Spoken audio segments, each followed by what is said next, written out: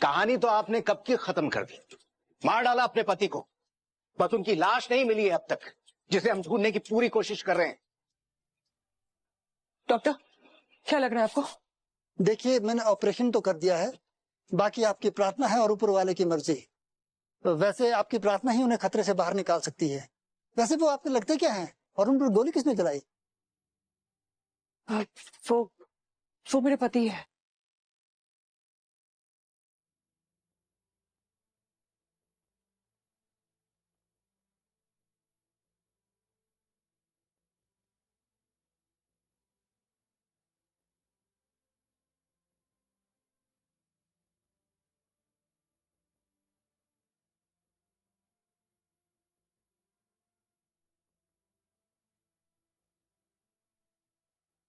Sir, यहाँ कुछ भी नहीं है, कोई डेड बॉडी नहीं है। कुछ नहीं है का क्या मतलब? सिंह, एक काम करो और नीचे जाके सर्च करो। अगर गोली चली है तो बॉडी होगी ना।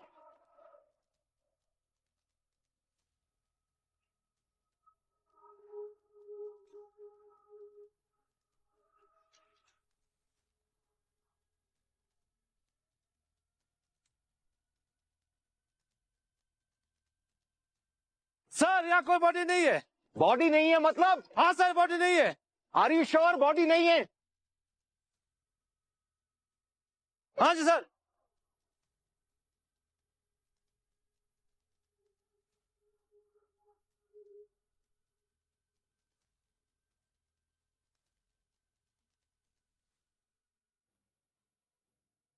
सर, यहाँ कोई आदमी जिंदा है।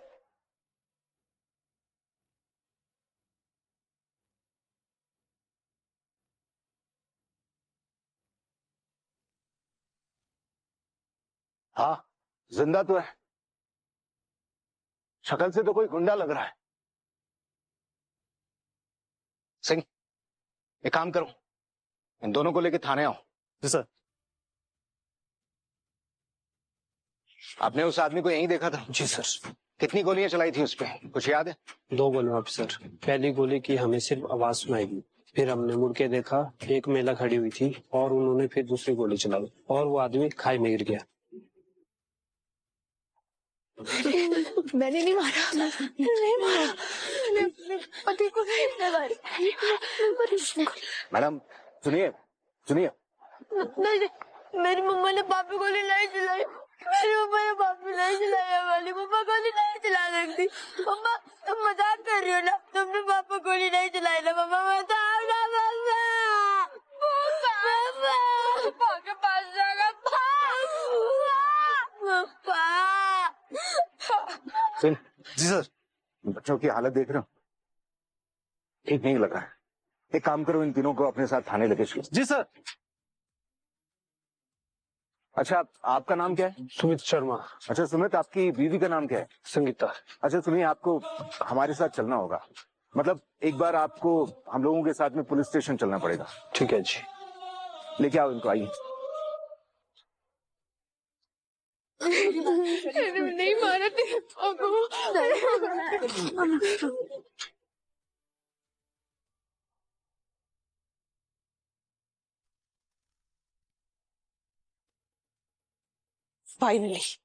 फाइनली परशुराम की बॉडी मेरे पास है। मैं बचाने की बहुत कोशिश करूंगी। अगर बच गया तो कह दूंगी शालिनी ने उस पर गोली चलाई थी, और अगर मर गया तब तो कहानी खत्म। लेकिन मैं उसे बचाने की बहुत कोशिश करूंगी। मैं उसे कुछ होने नहीं दूंगी। मैं उसे बहुत प्यार करती हूँ। मैं उसे कुछ नहीं होने दूंगी। ट्रस्ट मी शालिनी, मैं उसे बचाने की बहुत कोशिश करूंगी। मैं बहुत प्यार करती हूँ, तुमसे कहीं गुण ज्यादा प्यार करती हूँ मैं उसे। तुमको सब कुछ मिला है शालिनी, उसे पति के रूप में मिला है, उसके साथ घर बसाने का मौका तुमको मिला है, लेकिन मुझे कुछ नहीं मिला है। ना ही पति के रूप में, ना ही उसके साथ घर बसाने का कोई मौका मुझे मिला। फिर भी पूरी जिंदगी उसे इसी शिद्दत से चाहने लगी, बिना कुछ पाए, बिना कोई एक्सपेक्टेशंस के। अच्छा, वो मेरे इतने करीब है, बहुत उसे मुझसे छीन लेगी। नहीं, मैं ऐसा होने नहीं दूंगी, बिल्कुल भी नहीं। बचाऊंगी भी उसे, संभाल के रखूंगी मैं अपने पास। इतना प्यार दूंगी कि वो तुमसे नफरत करने लगेगा शालिनी, क्योंकि तुमने उस पर गोली चलाई है। तुमने उसे जान से मारने की कोशिश की है शालिनी, और तुमने ये सब कुछ किया है अपने मायके वालों के कहने पर। इतनी बारीकी से कहानी सजाऊंगी ना मैं, तुम सोच भी नहीं सकती। ड्रामा होगा, बहुत ज्यादा ड्रामा होगा। Hey Shalini, everything is fair in love and war.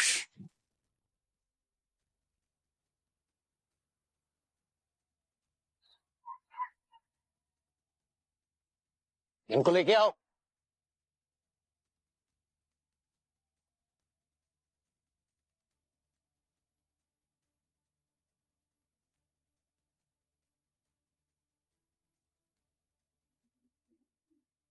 मम्मा, मम्मा हम लोग कहाँ जा रहे हैं मम्मा? हाँ, यहाँ सबके सब पुलिस है मम्मा, ये अंकल भी पुलिस ही है मम्मा। हम लोग कहाँ जा रहे हैं मम्मा?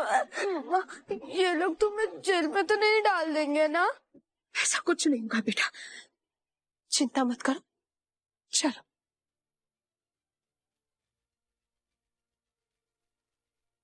नाम क्या है आपका?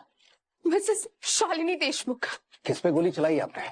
मैंने कुछ गुंडों पे गोली चलाई थी जो मेरे पति को जान से मारने की कोशिश कर रहे थे, और मैं गोली चलाती हूँ और तभी मेरे सर के पीछे चोट लगती है और मैं बेहोश हो जाती हूँ। अभी झूठ बोल रही हैं आप, सरासर झूठ बोल रही हैं आप। नहीं, मैं झूठ नहीं बोल रही हूँ। आप चाहे तो किसी से भी पूछ सकते हैं। लेकिन जिन लोगों ने गवाही दी है उनका तो कुछ और ही कहना है, बल्कि उन्होंने तो कहा है कि उन्होंने ऐसा कुछ देखा ही नहीं। हाँ, शायद उन्होंने नहीं देखा होगा, मैं ये बात मानती हूँ, क्योंकि मैं एक कोने में खड़ी थी। शायद वो मुझे गोली चलाते हुए देख भाग गए होंगे। देखिए, मैं फिर से आपसे पूछता हूँ, आपने किस पे गोली चलाई थी? मम्मा ने गोली चलाई नहीं थी। मम्मा गोली चला ही नहीं सकती। हाँ, मम्मा गोली चला ही नहीं सकती। आप प्लीज ऐसा मत कीजिए। जिन पे गोली चली थी वो हमारे पास। व्हाट? आपने अपने पति के ऊपर गोली चलाई, पति को मार डाला आपने? देखिए, आप मेरी बात सुनिए। बस, अभी आप कुछ मत कहिए। नाम क्या है आपके पति का? मिस्टर शिव प्रसाद देशमुख। शिव प्रसाद देशमुख?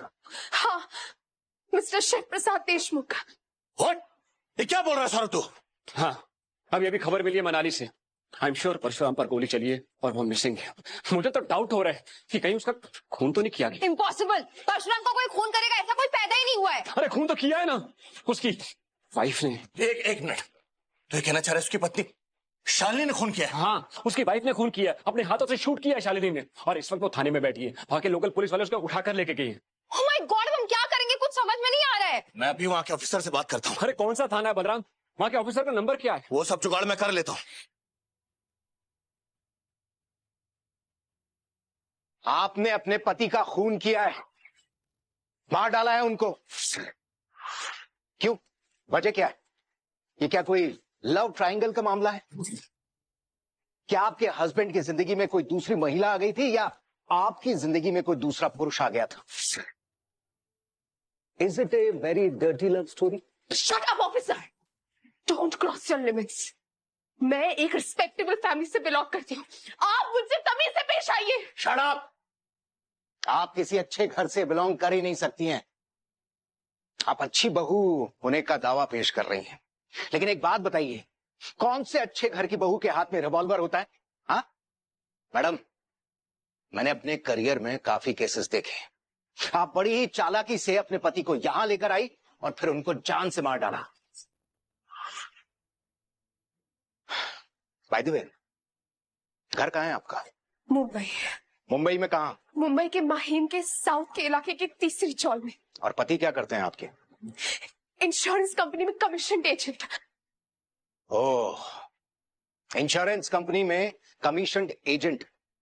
तब तो आपने पैसों से ज्यादा गरीबी देखी होगी। हाँ, घर का खर्च चलाना मुश्किल होगा, पति आपको कुछ खास दिलवा नहीं सके, इसी के चलते आपकी जिंदगी में कोई दूसरा पुरुष आ जाता है, आपके उसके साथ में संबंध हो जाते हैं, और इसी के चलते आपने अपने पति को मार डाला। है कौन वो दूसरा पुरुष? नाम क्या है उसका? आप अपनी हदें पार कर रहे हो officer. You are going too far. Shut up, just shut up. आपको अंदाजा नहीं है कि मैं कहां तक जा सकता हूं। लेकिन मैंने खून किया ही नहीं है। आप प्लीज मेरी बातों का यकीन कीजिए। मैं अपने बच्चों की कसम खा के कहती हूँ, मैंने इनके पापा को नहीं मारा, नहीं मारा, नहीं मारा है। हर खूनी यही कहता है कि मैंने खून नहीं किया है, लेकिन मौका वारदात पर जो चश्मदीद गवाह मिले उनका तो कुछ और ही कहना है। Mrs Deshmukh, you are in a big trouble. अब मुझे सिर्फ इस घिनौनी लव स्टोरी का तीसरा किरदार कौन है वो बताइए। मेरी जिंदगी में उनके अलावा ना कोई था, ना कोई है और ना कभी कोई रहेगा। आप लोग ये बताइए ना कि मेरे पति कहाँ है, कहाँ है वो? आप लोग प्लीज जाके उन्हें ढूंढिए ना। मुझे जानना है कि मेरे पति जिंदा भी है, सच में सब कुछ खत्म हो चुका है। मिसेस देशमुख, कहानी तो आपने कब की खत्म कर दी। मार डाला अपने पति को, बस उनकी लाश नहीं मिली है अब तक, जिसे हम ढूंढने की पूरी कोशिश कर रहे हैं। डॉक्टर, क्या लग रहा है आपको? देखिए, मैंने ऑपरेशन तो कर दिया है, बाकी आपकी प्रार्थना है और ऊपर वाले की मर्जी। तो वैसे आपकी प्रार्थना ही उन्हें खतरे से बाहर निकाल सकती है। वैसे वो आपके लगते क्या हैं और उन पर गोली किसने चलाई? वो मेरे पति है। वाह, हाँ, लेकिन आपके गले में तो मंगलसूत्र है नहीं और माथे पे सिंदूर भी नहीं। डॉक्टर, मेरे पति पर जानलेवा हमला हुआ है डॉक्टर। उसे जान से मारने की कोशिश की गई और इन सब के लिए जिम्मेदार है शालिनी नाम की वो महिला। उसके साथ मेरे पति का एक नाजायज रिश्ता था और उसी रिश्ते के चलते उसने मेरे पति का खून किया है। डॉक्टर, आप प्लीज उन्हें बचा लीजिए। आप प्लीज कुछ कीजिए डॉक्टर, प्लीज कुछ कीजिए प्लीज। देखिए, आप रोइए मत। मैं कह रहा हूँ ना, मैं पूरी कोशिश करूंगा और कर भी रहा हूँ। आप भरोसा रखिए। डॉक्टर प्लीज सब कुछ कीजिए डॉक्टर। मैं करवा चौथ का व्रत रखूंगी, मैं सावित्री का व्रत रखूंगी। डॉक्टर, आप उन्हें बचा लीजिए और उस शालिनी को सजा देगी पुलिस देगी सजा। जी बिल्कुल, हर पति को आप जैसी पत्नी की ही जरूरत होती है। आपका व्रत, आपकी प्रार्थना आपके पति को मौत के शिकंजे से जरूर वापस ले आएगी। Thank you. यस डॉक्टर, बचाना तो पड़ेगा ही, लेकिन मैं तो बिल्कुल भूल गई थी। मैंने सिंदूर नहीं लगाया, मंगलसूत्र नहीं पहना। इतनी बड़ी गलती क्या कर रही है तू शीतल? क्या कर रही है? तुझे सिंदूर लगाना है, मंगलसूत्र पहनना है, वो भी सिर्फ परशुराम के नाम का। परशुराम, अगर तुम बच जाते हो, जब तुम्हें होश आएगा ना, तब से तुम शालिनी से नफरत करने लगोगे और मुझसे प्यार करोगे। जिस प्यार के लिए मैं कॉलेज के दिनों से तरस रही हूँ, वो प्यार मुझे फाइनली मिलेगा। ए शालिनी, मैं तुमसे तुम्हारी प्यार छीन लूंगी। तुम जेल में सड़ती रहोगी और मैं अपने प्यार के साथ घर बसाऊंगी। I love you, Shiv. I love you. I really love you, Shiv Prasad Deshmukh. ये आप क्या कह रही है माँ?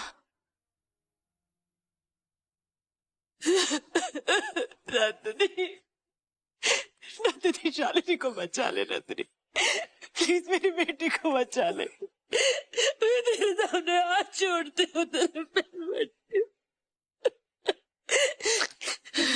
इस परिवार में कोई नहीं है, कोई भी नहीं है जो उसका साथ देगा। तुझे मेरी कसम है नंदिनी, प्लीज अपनी बहन को बचा ले। मैं तेरे बातों को जानती हूँ, तेरे काका को भी जानती हूँ। कभी उसकी भलाई नहीं सोची उन्होंने। अभी जो उसे नीचा दिखाया, उसकी बेइज्जती की, उसके बच्चे को किडनैप किया, उसके पति को मारने की कोशिश की हर बार। शालिनी का हमारे अलावा कोई नहीं, प्लीज उसे बचा ले। तुझे पता है शिव तो बहुत साधारण सा इंसान है, कितना भोला है वो। उसको कोई क्यों मारेगा उसको कोई?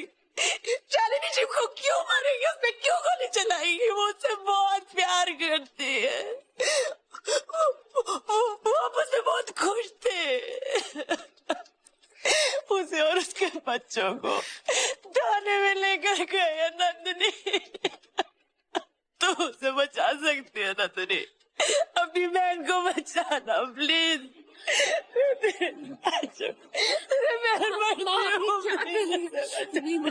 शांत हो जाइए माँ प्लीज।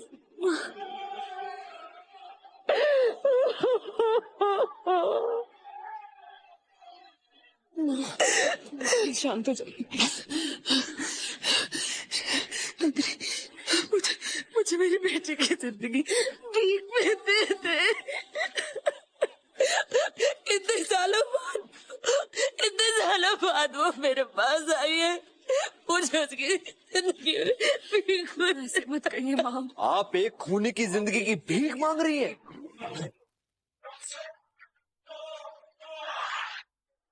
ये तुम नहीं समझोगे उपकार। मैं उसकी माँ हूं ना, और माँ अपने बच्चे के लिए कुछ भी कर सकती है। कैसी माया और ये कैसी परवरिश है आपकी? आपने एक को एडवोकेट बनाया और दूसरी को खूनी। मैं खूनी नहीं हूँ। मैंने आपको पहले भी कहा मैडम कि कोई भी खूनी मानता नहीं कि खून उसने किया है। हमेशा वो इनकार ही करता है कि खून मैंने नहीं किया है। Mrs Thakur ji sir. हम आज ही इनको कोर्ट में प्रोड्यूस करेंगे। सर अब तो कोर्ट बंद भी हो चुका होगा, मुझे नहीं लगता आज इन्हें कोर्ट में पेश कर पाएंगे।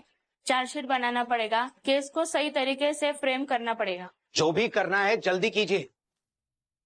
सर इन पे कौन कौन सी धारा लगवाएं? BNS section 61 clause 2।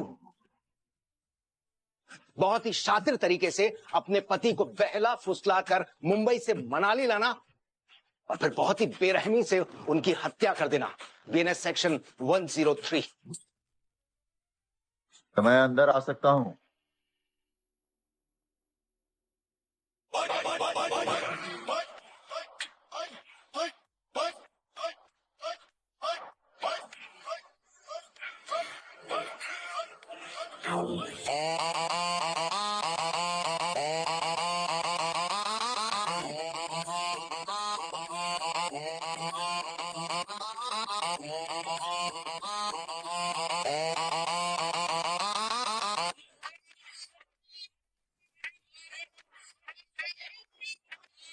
आप? अरे आराध्या आ गई। आइए ना, अंदर आइए। कौन आया है?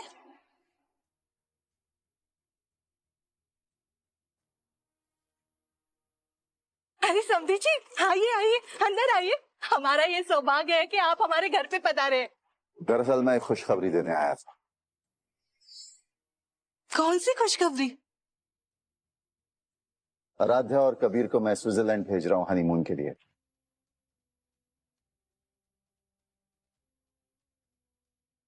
They deserve a vacation. बस यही खुशखबरी देनी थी आप सबको। आराध्या, तुम हनीमून पे जा रही हो और वो भी स्विट्जरलैंड। बहुत बड़ी खबर है, बहुत खुशी की खबर है। मैं बहुत खुश हूँ तुम्हारे लिए। कबीर, तुम हमारे घर के दामाद जी हो ना, खड़े क्यों हो बेटा? आओ ना, बैठो ना। अरे बहनी सुनिए ना, हम इनके लिए खाने का बंदोबस्त करते हैं ना। मैं अपने हाथों से खाना बनाऊंगी, छोले कुलचे बनाऊंगी सबके लिए। कबीर बेटा, तुम आज खाना खा के जरूर जाना। समधी जी, आप तो हमारे घर के स्पेशल गेस्ट है। बिना खाना खाए तो आप नहीं जा सकते। आप दोपहर को आए तो मैं बिना खाना खाए आपको जाने भी नहीं दूंगी, वरना हमारे परिवार की बदनामी होगी ना। लोग तरह तरह की बातें करेंगे। क्यों? तो इसीलिए मैं अपने हाथों से ही खाना बनाऊंगी। एक मिनट। ये सब इतने खामोश क्यों है?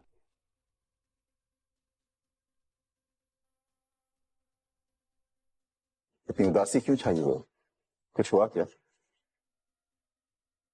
जो काम हम नहीं कर सके शालिनी ने कर दिया।